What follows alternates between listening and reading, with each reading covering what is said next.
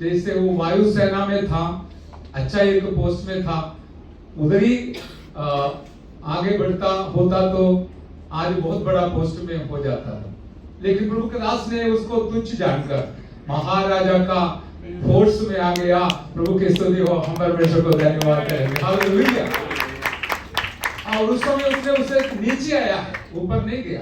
साधारण लोगों के बीच में उनका सेवा करने के लिए नीचे की ओर गया। लेकिन परमेश्वर किसी का भी कर्जदार नहीं है। परमेश्वर ने प्रभु का दास और परिवार को इतना आदर किया। CFI जो बोलता है एक माना जाना संस्था है, उसका पूरा स्टेट का जिम्मेवारी परमेश्वर को दिया है। इतना भी नहीं, उनका दोनों बच्चों को परमेश्वर ने आशीष किया। और प्रिंस कनाडा में है और टाइटस इधर एक अच्छा फैम में नौकरी करता है। और बस उनका मम्मी इधर है, इतना एक अच्छी माँ है। और उसके लिए भी परमेश्वर को धन्यवाद करते हैं। पूरा परिवार एक अच्छा परिवार है। और हमारा ये बड़ौदा शहर में 20 से अधिक पासवानों का एक संस्था है UPF, उसमें हमारा प्रभु का दास अभी अध्यक्ष है, प्रेसिडेंट है।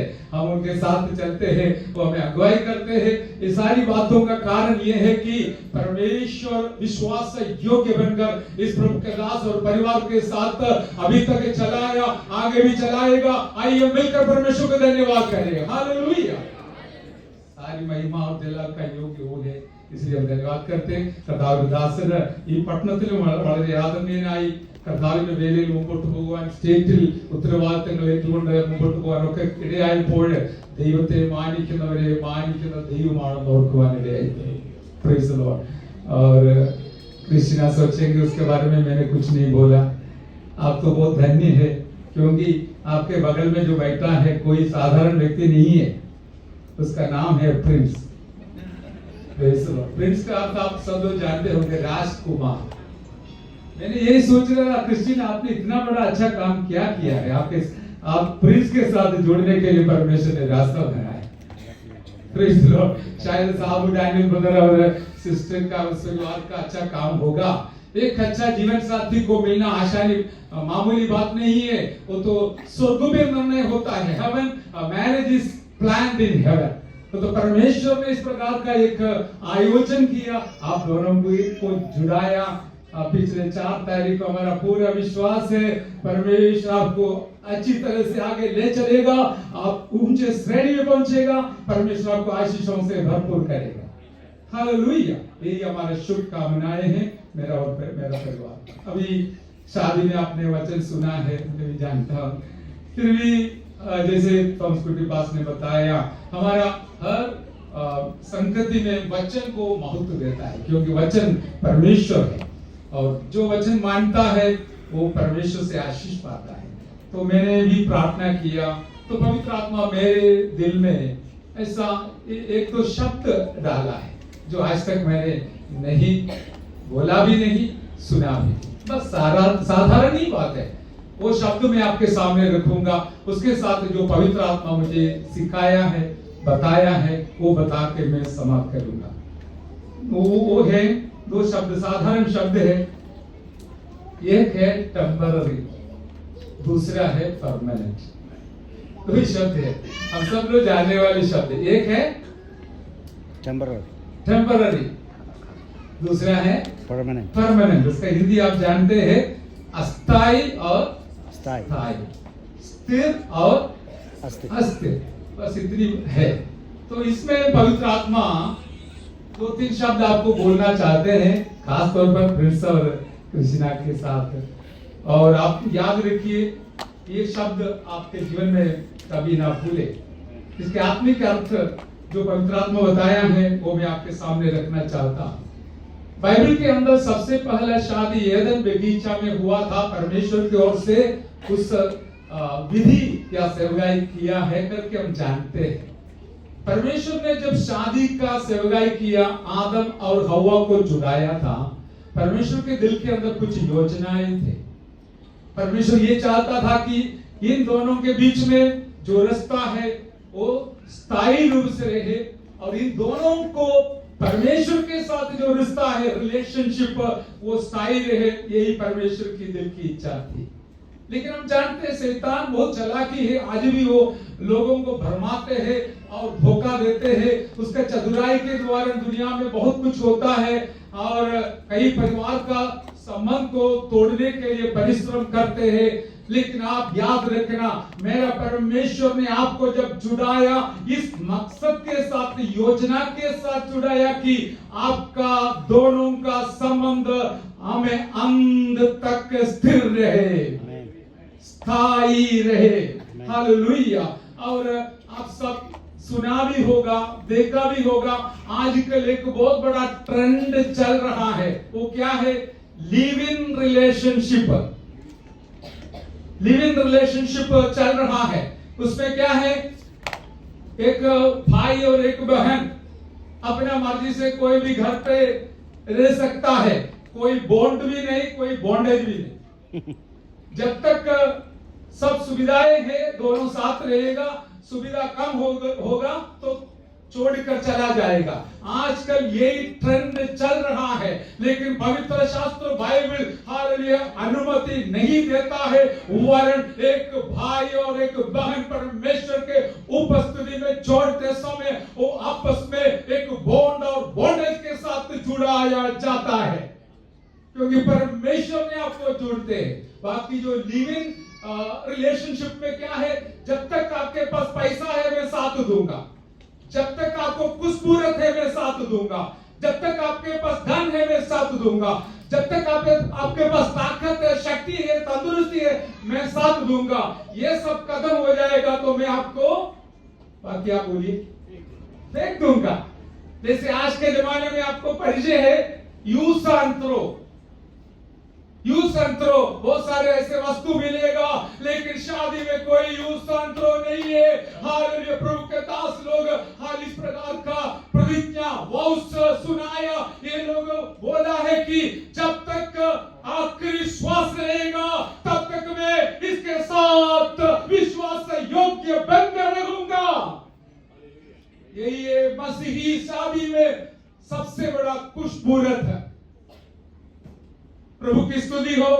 मुझे काफी बातें पवित्र आत्मा सिखाया, लेकिन मैं ज्यादा बोलना नहीं चाहता। और दूसरी एक बात है, this is permanent relationship. P, permanent relationship अथवा स्थायी संबंध। दूसरा है परमानेंट लव। आजकल लव ऐसा एक शब्द है, एक्सप्लॉइट किया जाता है। लोग सब मकसद के साथ प्रेम करता है, लेकिन बाइबल के अनुसार सच्चा प्रेम क्या है? हमारे यीशु प्रभु ने सूलीब पर दिखाया। हालेलुया। और उस प्रेम के पीछे कोई मकसद नहीं था, वरन हमारा सबका उद्धार का मकसद था। क्योंकि लूका 23 अध्याय में हम देखते हैं, जब लोग यीशु मसीह को क्रूस पर चढ़ाते थे, पत्थर और उसको मारते थे, तब यीशु ने क्या, कैसे प्रार्थना किया? पिता परमेश्वर, ये अनजान में किया करता, इसलिए इनसे माफ कर।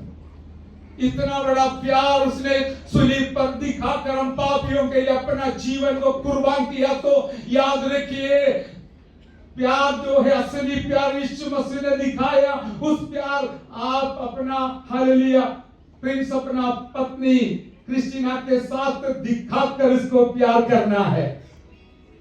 एफेसियों पत्री 5 अध्याय का 24 और 25 वचन में लिखा है, जैसे यीशु मसीह कलीसिया को प्यार किया, वैसे पति अपना पत्नी को प्यार करना है। यही तुलना किया है, इसे कम नहीं है।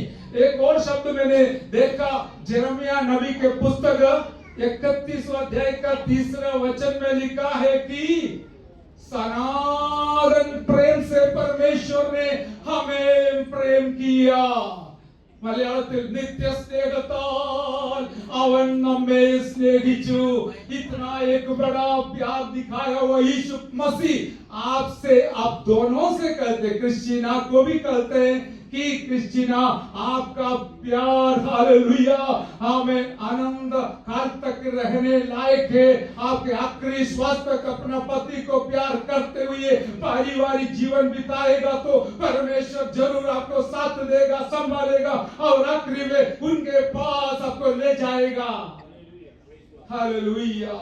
मेरे प्यारों, यदि आपके पास इस प्यार का कमी है तो जरूर आज यीशु मसीह से आप दुआ प्रार्थना करें।